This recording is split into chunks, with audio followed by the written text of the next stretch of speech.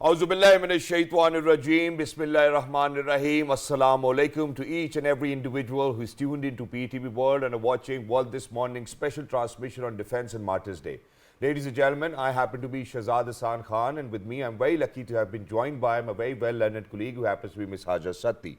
Ladies and gentlemen, it's a moment of pride and honor for me and my wonderful colleague over here to spearhead the transmission of Defence and Martyrs Day on the 6th of September 2023 from the platform of PTV World.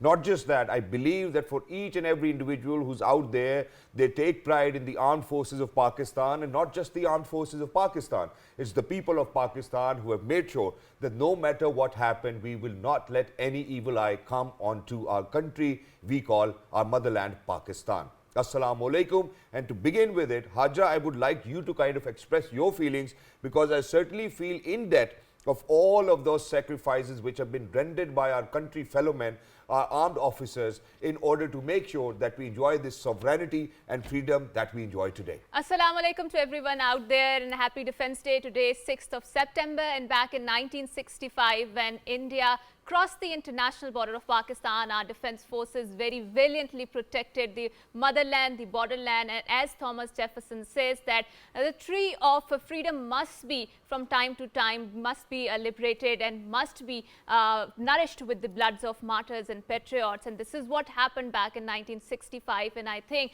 we need to remember our martyrs. We need to remember the armed forces who valiantly fought and who made sure that our country, our defence forces, and our soil is protected against the aggression of a 5-time bigger an enemy who crossed it and violated very openly the international border in the first place. And Haja, it was on this day, 1965, that the Indian forces crossed the international border, just as you have mentioned, in the darkness of night to attack Pakistan.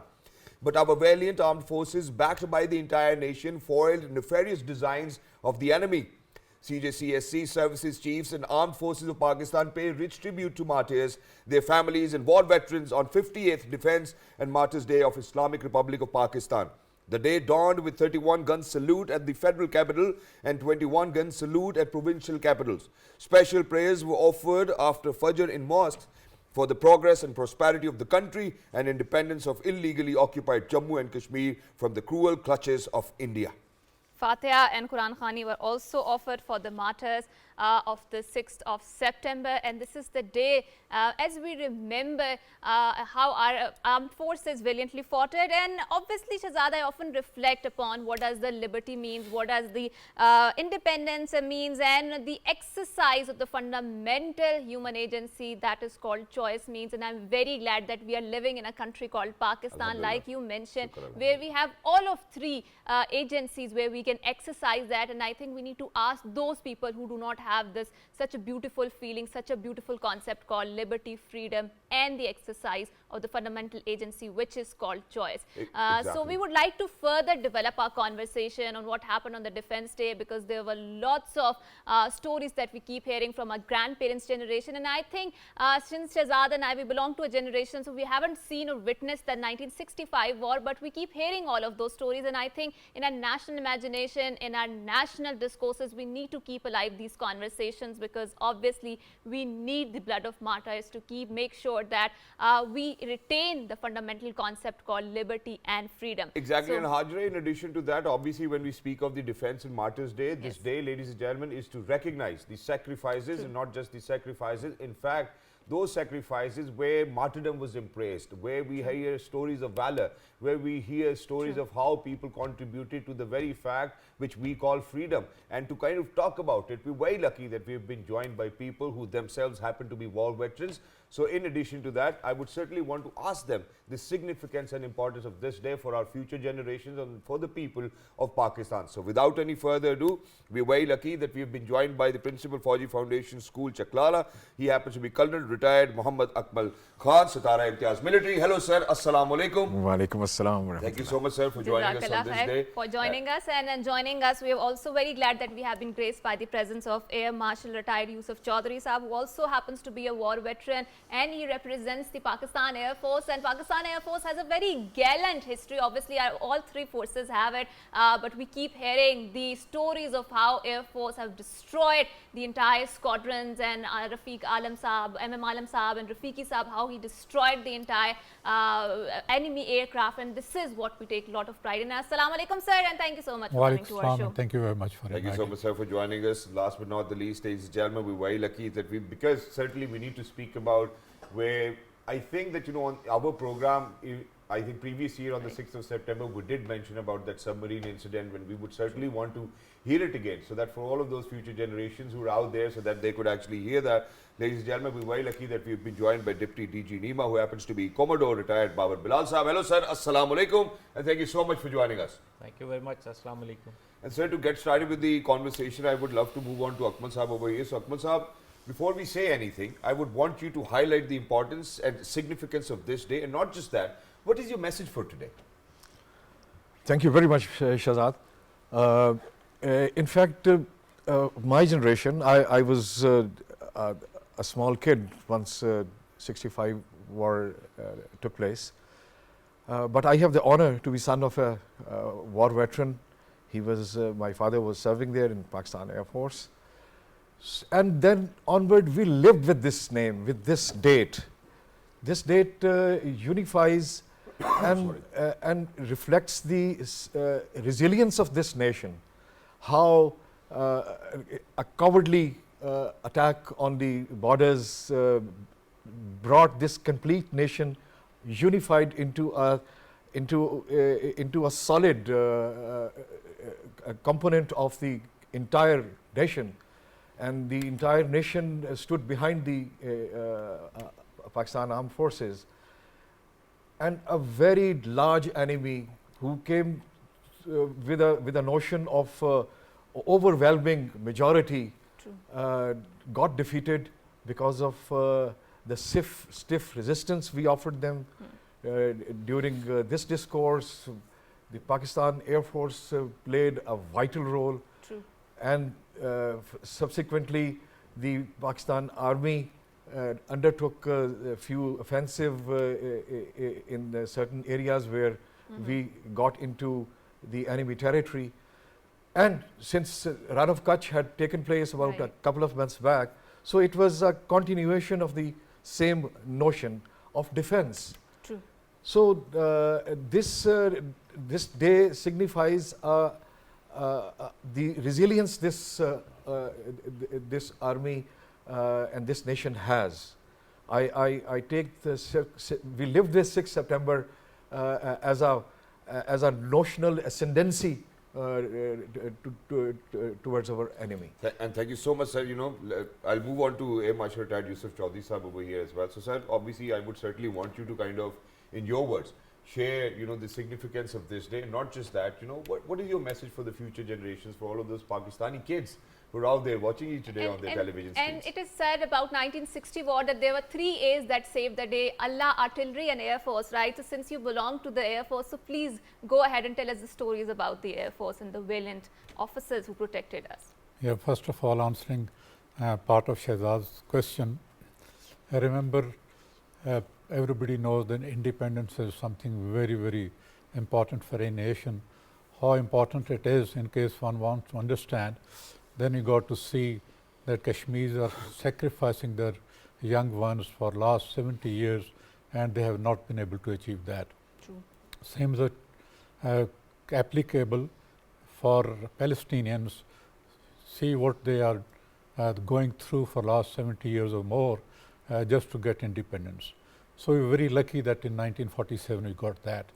But as it is said that it is comparatively easy to get independence, but it is more difficult to defend your independence. True. And I think 1965 war was the first incident when our independence was threatened. Right. And Pakistan nation and Pakistan Armed Forces proved that we not only got independence, we are in a position to defend it as well.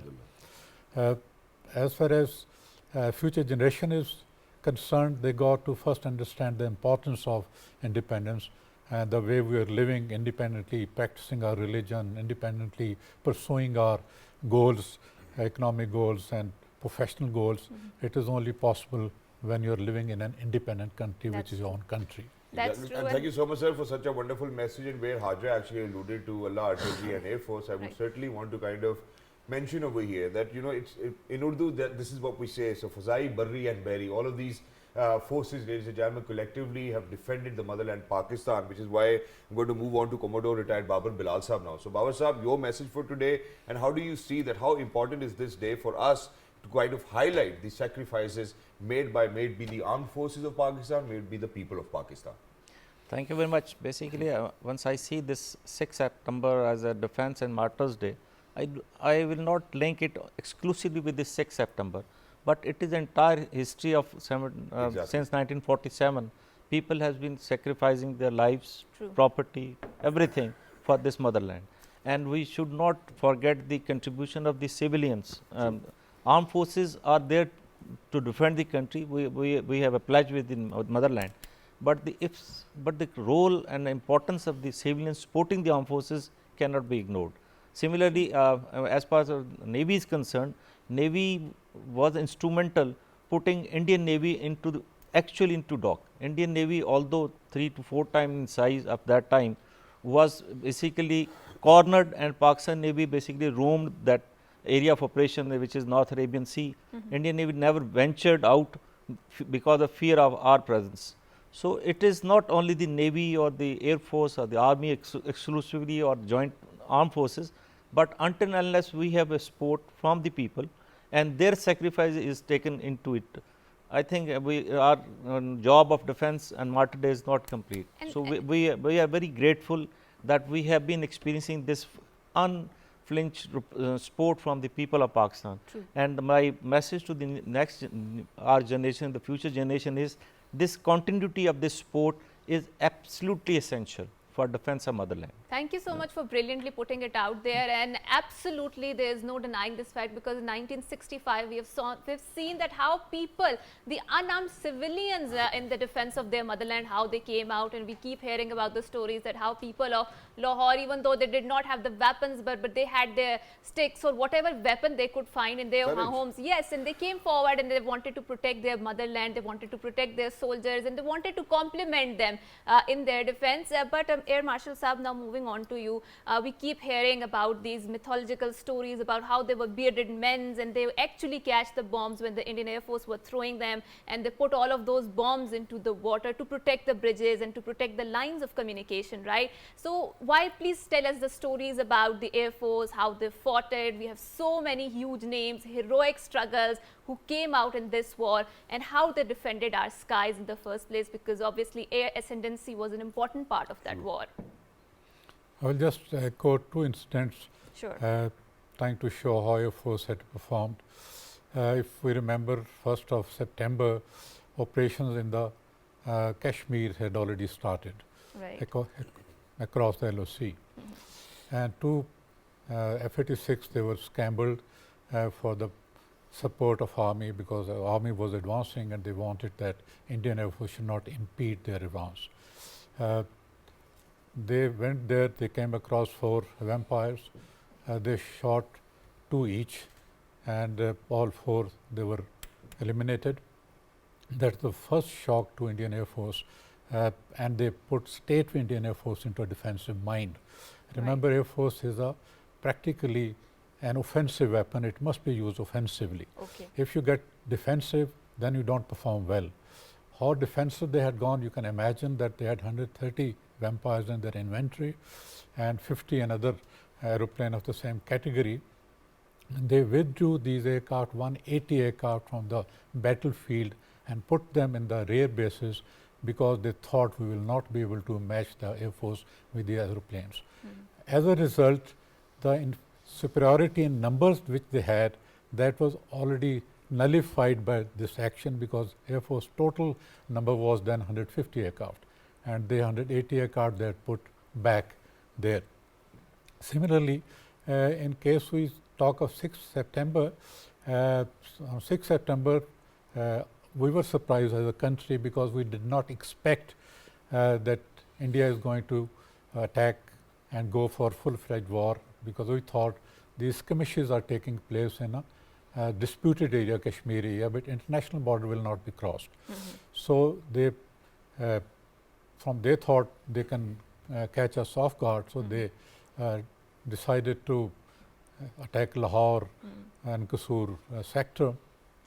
And it was very simple to reach Lahore for two reasons. Number one, because it is hardly a couple of kilometers from the international border. True. Secondly, because we were not expecting that they are going to attack, so there were very thin presence of our armed forces in this sector. And they wanted to cut off the GT road so that nobody could actually come into Lahore. But more and they wanted to have a cup of tea in Lahore Gymkhana. More important than that was it would have been very, very embarrassing for Pakistan in case they had entered an important city like Lahore. True. And 15th Division commander was leading that attack on Lahore. And he had given this statement that evening tea we will have in Gymkhana, Lahore. That's true. This is a very famous statement which came on BBC as well. And a cup of tea has costed them quite a lot ever since. So, when Pakistan Army realized that we were really outnumbered, so they requested Air Force for help. Just one formation of 86 were diverted. They saw on the GT road leading to Wagah checkpost full of tanks and armed vehicles and infantry, and within 3 minutes they played havoc with that entourage, and after 3 minutes that was looking like a graveyard of vehicles and tanks, and the people of infantry were running towards sugarcane fields to hide themselves. And their own corps commander, who visited after the incident, uses very derogatory words about his own commander, so I won't repeat that. But they failed to do that. I thought this was a very serious failure on their part. And main reason is, remember, during a conflict, both services, they make mistakes. True. And the one which makes less mistake, they are the winner. Okay. In this, remember how important operation this was, and they had not cooperated with their own Air Force to support them or to protect them. Exactly. Right. Their Air Chief at that time, Air Chief Marshal Lal, talks about Army Chief General Chaudhry. He says he was suffering from Supremo syndrome. The war plans which he made and sent it to the MOD, there was no role given to the Indian Air Force. As a result, because they were not being protected by Indian Air Force, just 4 aircraft or Pakistan Air Force played havoc with these people. Exactly. And sir, thank you so much for kind of sharing it with our audiences. We go out in 47 different countries, so we're setting the history right as well. So we're not just in Pakistan, we heard all over the world, alhamdulillah. But now there's one more thing. So Akmal Sahab, I'll come on to you, and that is that, so imagine this is not the first time that we as Muslims have done it, that that the enemy is outnumbered and we are smaller in numbers and whatnot. So imagine that we take the name of Prophet Muhammad sallallahu alaihi wasallam, who with 330 men went to war and won it, alhamdulillah. So what I certainly want to ask is that for a country which got independent in 1947, and the first war that they had to encounter against a bigger enemy was in 65. Still very baby, I think, that's how I would want to put it. But how do you think that, that for all, at that point of time, our armed forces would have managed? Because what the agreement was originally, we didn't get the same armory, we didn't get the same number of aircrafts, we didn't have anything. So it was more of courage, more of valor, and the happiness to embrace martyrdom. Resilience, basically. Exactly. Resilience, basically. The Indian political leadership and the military leadership, they committed some very naked mistakes. First of all, with that overwhelming numbers, they thought that they are going to outnumber us at any place.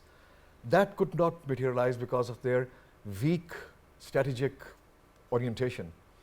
And weak strategic orientation brought them into a terrain, into a place they got entangled into because of they did not cater for the logistic support for their forces, those who are crossing the international border, and undermining the Pakistan Army's resilience and defensive capability. In the other side, once we see our part, as a defensive army, we really knocked hell out of them. And as the Air Marshal mentioned, the Pakistan Air Force got that air superiority, which was their piece of cake. Pakistan Air Force didn't let them do that. True. And because of that, their ground forces were void of this air superiority and air support, which Pakistan Army, as and when asked for, was provided by the Pakistan Air Force. So this was a classic strategic defensive plan, which put the Indians into a dilemma. And of course, the international regime on those days was the Cold War. Pakistan was being supported by the US, and Indians were supported by the USSR, and that Cold War regime did not allow them to go beyond a certain limit. The Indian leadership just kept very low objectives in their mind. Just the return of Run of Kutch and forestalling any infiltration taking place in Kashmir. But of course, with those very common strategic objectives, they were not geared up for the task. So that brought an outnumbered army. Again, the 6th of September, once the day was dawned, the entire nation was unified and came into a war machine. That's true. That's true. And I think this is the message that has been reiterated again and again, and especially in 1965 war, that numerical superiority never matters. It is the faith, it is the determination, it is the belief in yourself that matters. And this is what happened, because Pakistan tackled an enemy which was 5 times bigger than us in resources, in the war capability, in the war machinery and whatnot. So Commodore Babar Saab, now coming to you, and it is said that those who control the seas control the entire globe, right? So some Run of Kutch happened a few days before the 1965 war broke out, and we would like to hear some stories about how the Indian transgressed that and how Pakistan and Navy retaliated back and made sure that our seas are protected and we are protected in the first place. Okay, I think I should start my discussion from the 1947. Sure. When the two countries got the independence and the armament or the platforms were divided, Pakistan was given a very minor share, which was not even the quality of the operational ability of those vessels were also questionable. But from that humble beginning, till 1965, I think the ratio between Pakistan and Indian Navy, PN and Indian Navy, was 1:4. But Indian Navy had a very strategic edge. That was, they were maintaining an aircraft carrier. They had one cruiser. They had destroyers. 19 destroyers and frigates were there in inventory. They had a complete full-fledged air arm available to them to support their naval missions. Where on the contrary, Pakistanis were operating only one cruiser, 6-7 destroyers, and one submarine. Right. But the submarine was a very potent platform, and that time rather Pakistan was the only nation who possessed the submarine in the entire Indian Ocean region of that time in 1965. So this one submarine and those 7 ships, they played havoc with the Indian naval plans. They never allowed the aircraft carrier to come out of the harbors. The Mysore, which was the flagship of their fleet commander, it never came out. They avoided the battle because fear of our submarine. The submarine was deployed somewhere off the Mumbai, and then it really blocked their all naval missions. So although we believe in the armed forces officer, the plans are the first casualty of war, but their casualty continued for 17 days of war. So Pakistan Navy ultimately, there were 2 purposes of Navy to operate. Once we wanted to put the submarine in front of them, we attacked the Dwarka also on the 7th, 8th night, which was a very successful NGS operation, naval gunfire support operation. Fired 350 rounds of artillery shells in 4 minutes. And the beauty of that was that the 7 ships, out of which the 2 were in the refit and in the non-operational state earlier in the first week of war.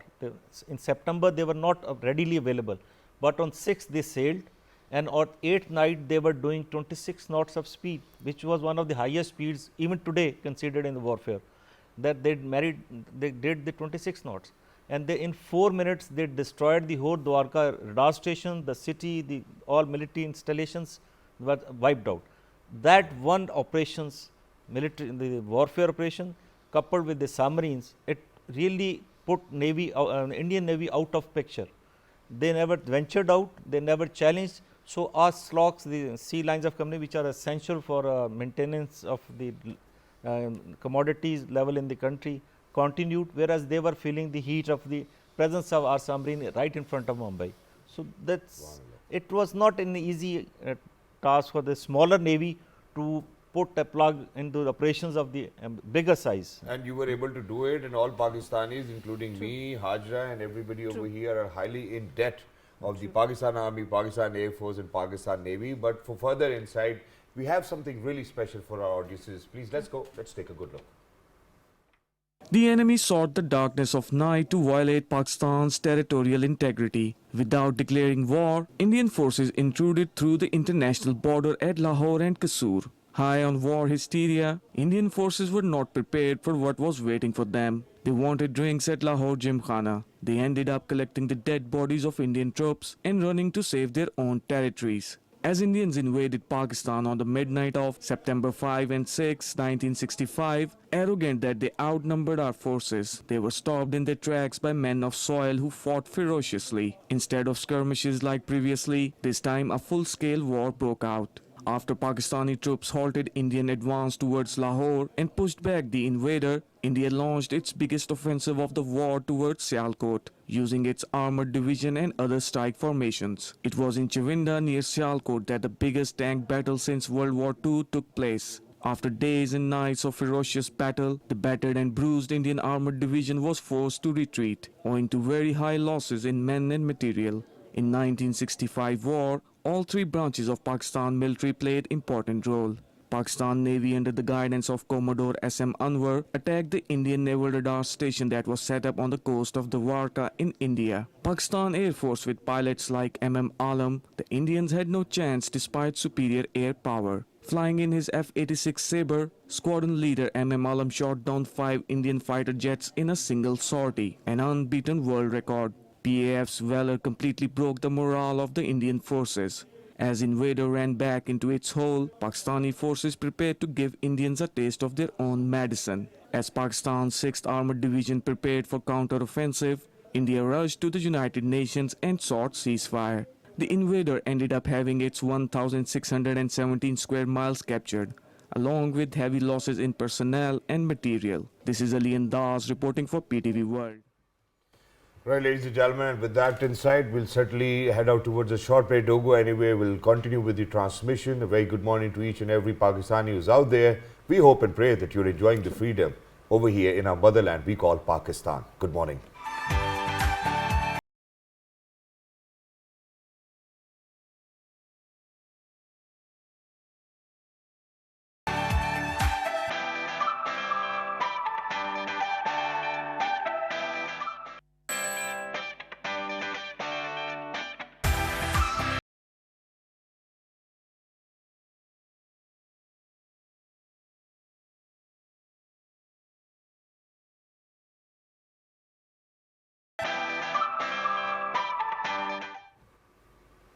Okay, so welcome back, and all of these words, Qaum, Watan, Millat, country, whatnot, I thought that these are just the words that grace our Urdu dictionary, but they are not. They are more than that. They makes us part of what we call Pakistan, and they are ingrained in our genetic identity. And like we mentioned before, this concept of Pakistan, of the motherland, of a country, of having the ownership to this soil is such a beautiful feeling that it gives you an agency to a fundamental choice called liberty, right? And lot of people in the world do not have it. Palestinians do not have it. Kashmiris do not have it, who are living in the Indian illegally occupied Jammu and Kashmir. But we certainly are very grateful, and we would like to further build upon this conversation. And I would like to throw this question to Colonel Akmal Saab here, sir. So we have seen in Pakistan Army and in the armed forces in general, there's zero desertion, right? People die, officers die, the soldiers die in the defense of their motherland. And we do not see, certainly there are trends around the world where there are lots of desertion, right? People do not fight, they return back, they do not go to the warfare. So what is this this glue that keeps them attached to the army, that keeps them and forces them to fight for their motherland. Can you please And before explain you all of answer these this feelings? wonderful question, there's one more thing, because I'm an avid believer that it's because of the armed forces of the country that we are so gelled in. You know, that's my perception of it, but please go ahead.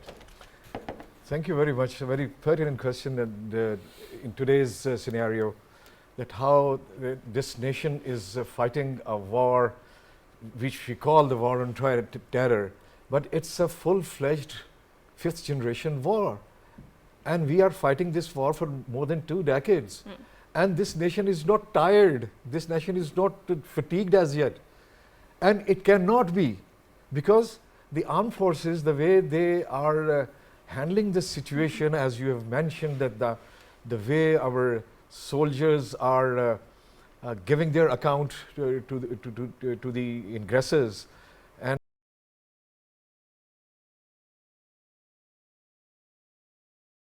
this information because my son is again a serving officer in Pakistan Army.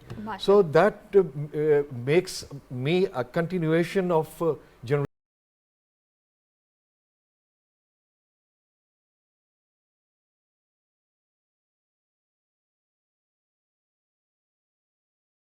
The reason is this, that this nation is taking on it frontally, fighting it out, is because the entire nation is glued with the existence of a potent army and potent armed forces. Those who are not guarding your borders, but from within they are fighting the menace which is coming up for the last 2 decades, and of course sponsored by our enemies.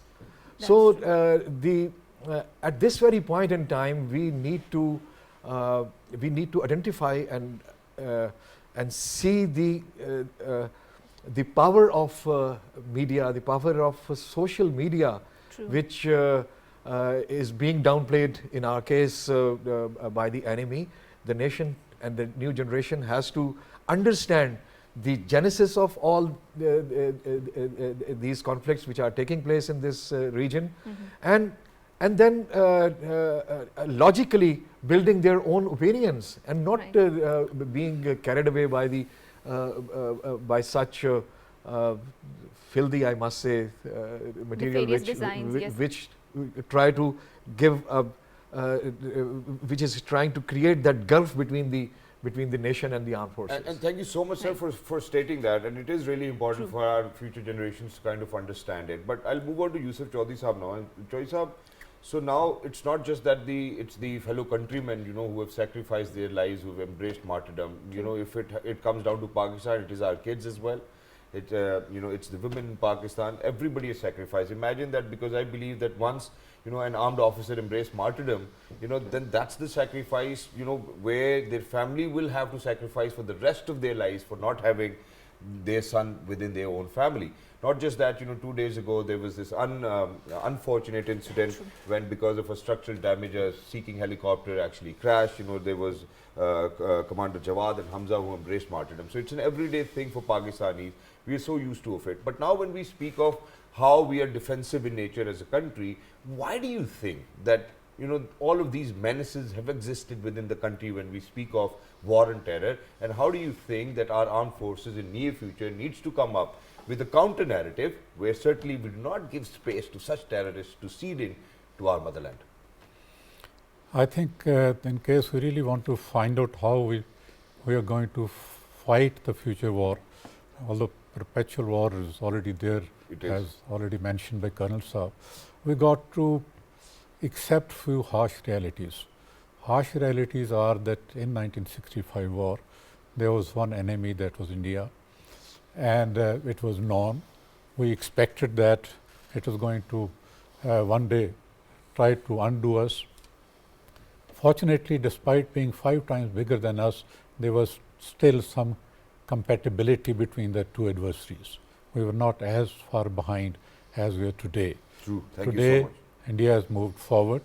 India is economically a giant as far as we are concerned. Diplomatically has a very good position in the Committee of Nations, and same is true for armed forces. That's one reality, that enemy has grown bigger in size, bigger in strength than it was in 1965. Secondly, we have serious fault lines in our society in the name of religion, ethnicity and sectarianism. And they can be exploited, and they will be exploited, and they are being exploited by the enemy. We got to overcome that. Thirdly, in case economy does not do, economically if you don't do well, then your job is going to be very, very difficult. Combination of all that is happening today. Therefore, in today's warfare, as we say, fifth generation war, it is not one segment of the society or the armed forces alone who can fight this war. It's a very difficult war. It has to be fought wholeheartedly by everybody. Political leadership has to today diffuse the situation, got to reduce the polarization in our society, which is very serious. Similarly, religious leadership got to make sure that Islam becomes a source of unifying the nation, not dividing the nation, which it is becoming now. And similarly, even teachers got to really bring up the next generation privy of all these problems and how to correct that. Media got to play a very important role to tell the nation what's happening, what's right, what's wrong, and it's not being done. And same is true for each and every individual to participate, recognize its own role and play his role. Only then we will be able to encounter this war on us. Otherwise, we are in a very defensive position. That's very true, and thank you for brilliantly putting it out there. And this brings us to very important topic on how to be a more responsible citizen contributing towards the development of our country. Now, Commodore Babar Saab, moving on to you. We have fought war on terror. It was extremely difficult war. The enemy was very fluid. The more you kill it, the more its ideology used to grow. It was not identifiable. The conventional methods of the warfare were failing in that. But still, as a nation, we do not have that much of a resources we came across, and we won the war on terror, and we won the hearts and the minds of the people. And on the other hand, you will see the superpower America failed in Afghanistan in tackling the war on terror, right? So when we talk about the future challenges of Pakistan, and in terms of the defense capabilities, and in terms of, because we're also observing the Martyrs Day today, so what do you think lies ahead in front of us, and how do we challenge it? And do you echo the sentiments of Air Marshal Saab? Coming back to Air Marshal Saab, have very correctly put the present day environment of Pakistan in the right perspective. But the only issue I see, it is a war of narratives. True. We won the war against the terror because we developed the superior narrative. True. And that narrative was absorbed by our masses, and they all supported armed forces and civil armed forces activities against them. So it is, if you can have a superior narrative and you can develop an correct way of presenting it to the people of Pakistan. Pakistanis love their nation, the country. We die for this country, and there is no doubt that we feel very hurt when there is somebody, even one single soul get martyred. Whole of the nation gets like the 2 days back, the 2 naval officers and 1 sailor died, met shahadat, and it really saddened the whole nation. So that means there is a very strong bondage available between the people and the armed forces, and this is not new. We have been sacrificing last, let's say, 75 years. Not, I'm saying 1400 years. The shahadat has been our basic religious sentiment, or this, the real what we can put the exact word is that notion that we want to achieve this. And I must admit here, it is the role of our mothers, the families, how they tell their kids the stories, the old stories, and they connect with this motherland. The kids are connected to. Our teachers' role, I must appreciate them also. So it is our future generations needs to also understand their role now. Right. Our mothers, the future mothers also needs to understand how they are going to adopt the new narratives. And until and unless we have a superior narrative, which is the responsibility of our political leadership, military leadership, to put up across against the world that this Pakistan is a very defensive nation. We are not having any offensive design against any country. We are peace loving. we want to live with peace, honor and dignity in the commodity of nations, Right. but until and unless other pay respect to us. Otherwise, we have the wherewithal, even with the weaker in strength, but with the people's sport, we can always take on any size Alhamdulillah, of sir. this. Shukr, alhamdulillah. And there's no question about the ability to defend our motherland. And while we are at a very defensive position, we've been at war multiple occasions.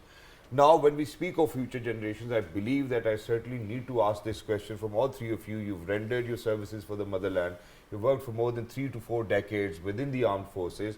Now, imagine that when we speak of that we are able to defend the country, don't you think that we can come up with a narrative where we avoid wars now so that we can progress, so that we can develop and develop in a way where nobody could actually think of, overpowering Pakistan? Let's get started with you, sir. The Commodore just talked about the notion. The armed forces are maintained in any country to ward off the war and not to fight the war. True.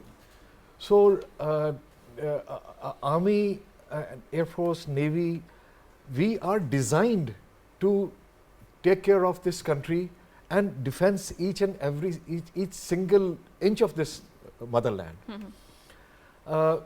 As far as the narrative is concerned, we have a very superior narrative. Alhamdulillah. There is no need to tailor another.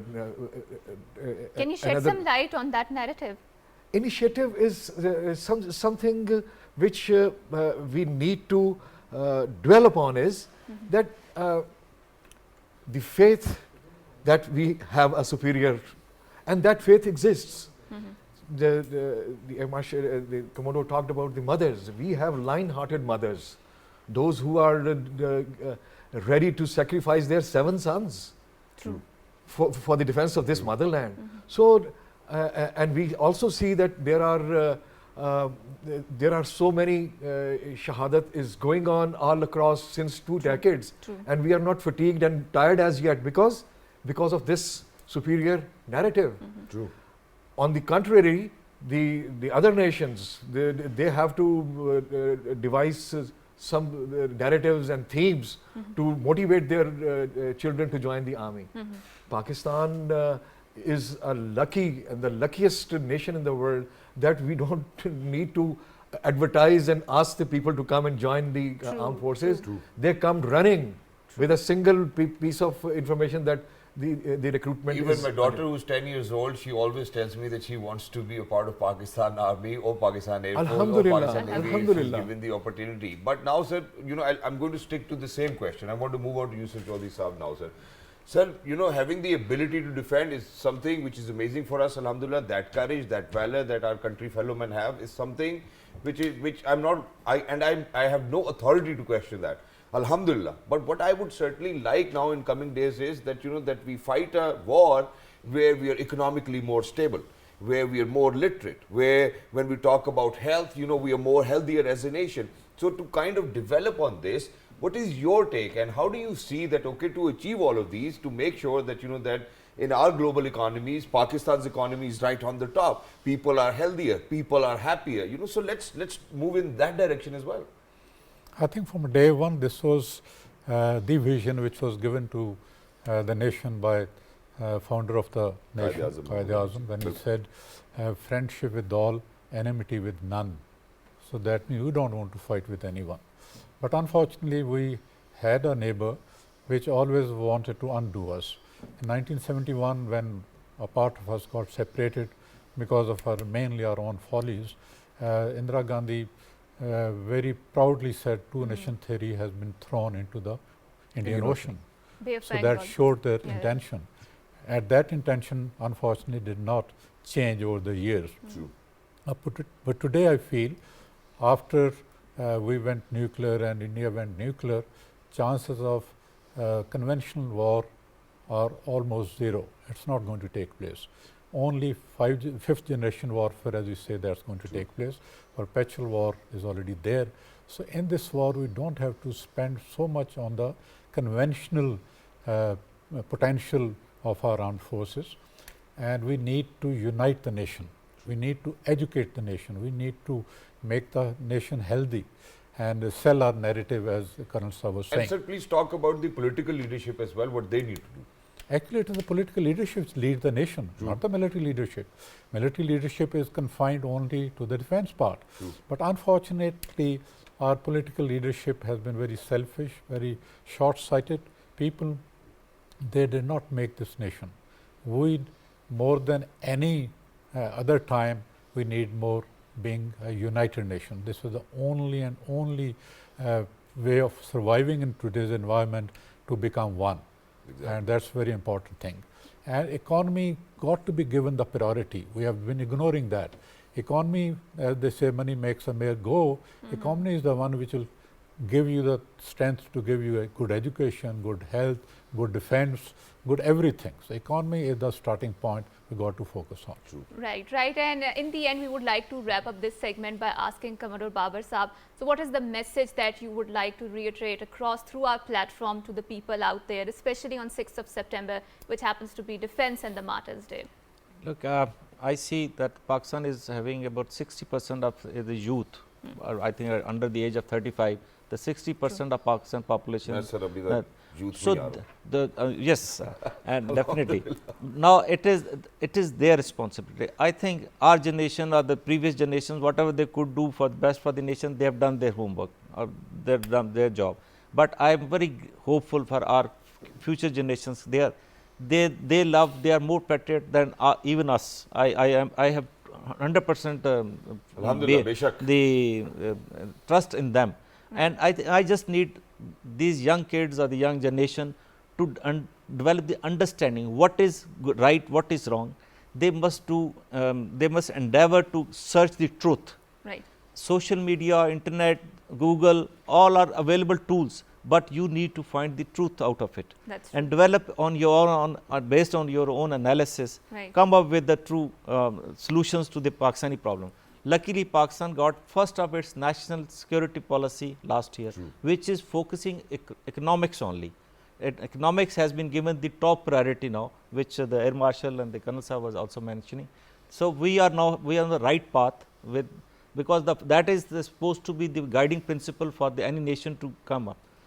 This 60% population, youth population, will drive us to, inshallah. Inshallah, sir, and thank you so much for wrapping it up so beautifully. Thank you so much, honorable gentlemen, for being with us, for serving our country, for serving our armed forces, and we certainly value your services as Pakistanis on behalf of the entire nation. And for all of those gentlemen from the armed forces who have embraced martyrdom, the people of Pakistan who have embraced martyrdom, we pray for you every single day. We pray for your families, and for your families, we certainly happen to be their sons as well. So thank you so much, everybody, for staying tuned. Let's pay rich tribute to all of those martyrs who have contributed towards the freedom of the motherland. So we're going to leave you with this very patriotic anthem. Make sure that you make your kids listen to this one. Good morning, Pakistan Zindabad.